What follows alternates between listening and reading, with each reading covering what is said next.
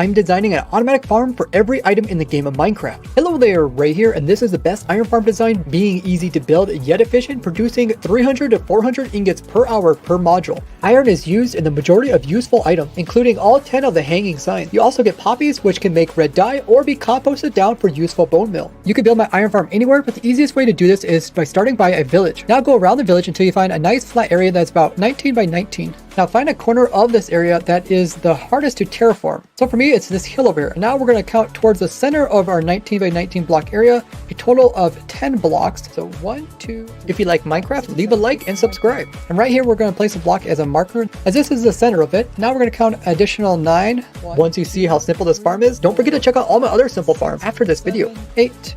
9. So this is where we'll put another block. This is the edge of the farm. So what we want to do is make sure everything in this 19 by 19 block area is nice and level.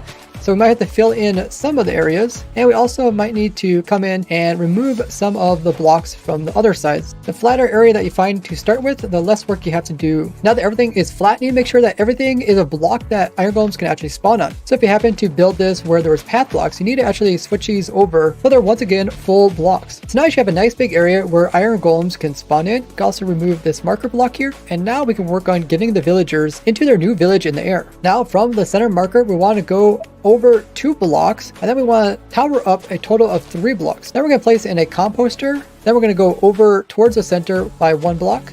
Then we're going to go up 1 block, and then come in and place in a top slab of your choice. Now we're going to come in and place in 2 blocks on either side of this slab that we have here in the center. And these are going to be used to place in beds. Each of the beds are going to be facing inwards so that the heads of them are right beside this slab here. And then place a slab by shift clicking on top of each of them. Now we're going to use this as a staircase. So we're going to go back down here and connect this up to the ground. Now you can come in and remove the blocks that are underneath of the beds and the marker underneath. And we're going to use this as a staircase to get the villagers up to their beds. Now during villager working hours, go out and remove 3 workstations that villagers are actually using. You'll also want to remove any beds that these villagers are using. If you're not sure, you can just remove all workstations and beds. Now this will make the villagers try to seek out a new profession, and they'll try to come over and take up this composter as a farmer. So go ahead and also place down a couple workstations for the other 2 villagers that we need. Villagers that don't have a workstation will search out 48 blocks looking for a new one. They will also search this far looking for a new bed. That one's actually going to go all the way over there. This is an easy way to move villagers. Okay, so now we got 3 villagers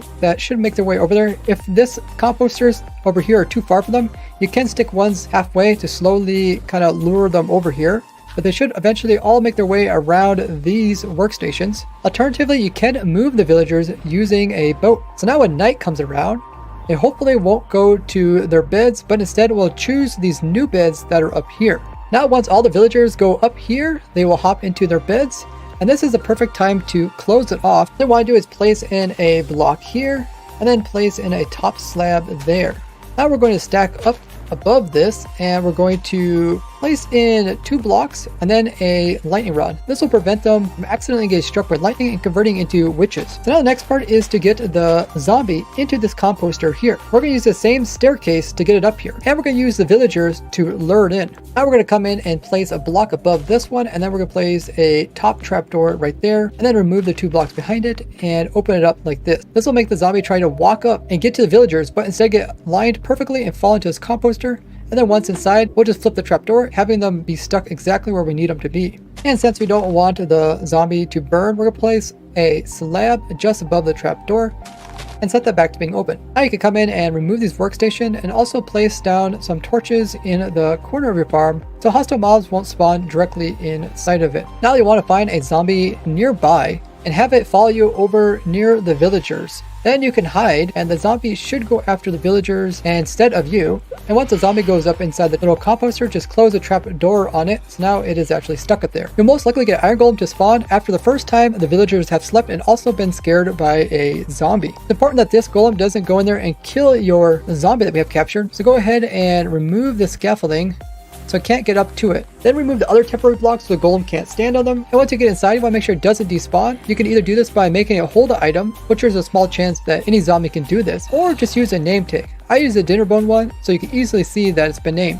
If you're on a multiplayer server, I would recommend switching out this trapdoor with a slab when the zombie's not jumping. That way the villagers are more likely to have time to sleep before someone on the server happens to sleep away the night. Now if you do F3 plus B, you can see the hitbox of the different mob. We're going to want to dig a 3x3 hole that is centered right underneath of this zombie. The zombie is actually used to attract the iron golem to where we're going to kill it. And we're going to take this hole down a total of 3 blocks. So now it looks like this. We're then going to come in and remove the block in each of these. So now we want to come in and remove these 3 blocks, place in a chest that is here.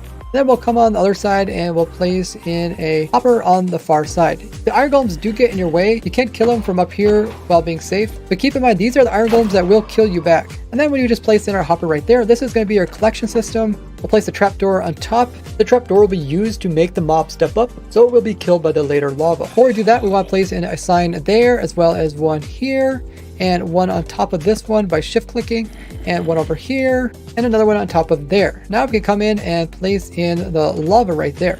Now any iron golem that falls in there will automatically be killed. Let's go ahead and place in the other sign. So we'll place a sign in here, also one on top. You can also use stuff like open fence gates. Make sure you use the nether variation so they don't burn from the lava. Then you can also place in the water, which will be the opposite of the lava. This will wash everything, including the items, to get collected. Now to help the iron golems get pushed in to the center, because sometimes they'll sit along the edge like this, we're going to place in 4 more water sources around the edge. So from here, we're going to count back a total of 4. 1, 2, 3, 4, and place in water there. As long as there's no other place for the water to go, it will directly flow and fall into that little hole there perfectly. We'll do this for each side. And if the water goes both directions, you can just come in and place in a block behind it, and then increase this side a little bit so the water will no longer try to find that as the shortest distance and will instead go that way. If you guys get any zombies coming in or sieges, they will just automatically be attracted to the villager and get pulled in and killed along with the iron golem. And then to access the chest with the loot down there, just remove that block and place it in a slab. Even in survival, you can reach down here and grab your loot. Now you can make the farm slightly more efficient by lowering this floor down by 11 blocks and having the killing part down there. Remember, the farm runs 24/7 in loaded chunks. If you want more iron per hour, you can go ahead and just build more of these beside each other since they are tileable, but you need to build them at least 32 blocks apart. Otherwise they'll be slightly inefficient, and you can also have the iron golems get stuck like this. Now share this with other Minecrafters and credit raise works. More easy farms in this playlist here, or this one on my quest to design an automatic farm for everything. If you ever need any more help, you can check out the world download or ask in my Discord. And don't forget to join me on all my other socials. And if you support me on Patreon, you're even able to play with me. I'll see you in the next one. Bye bye.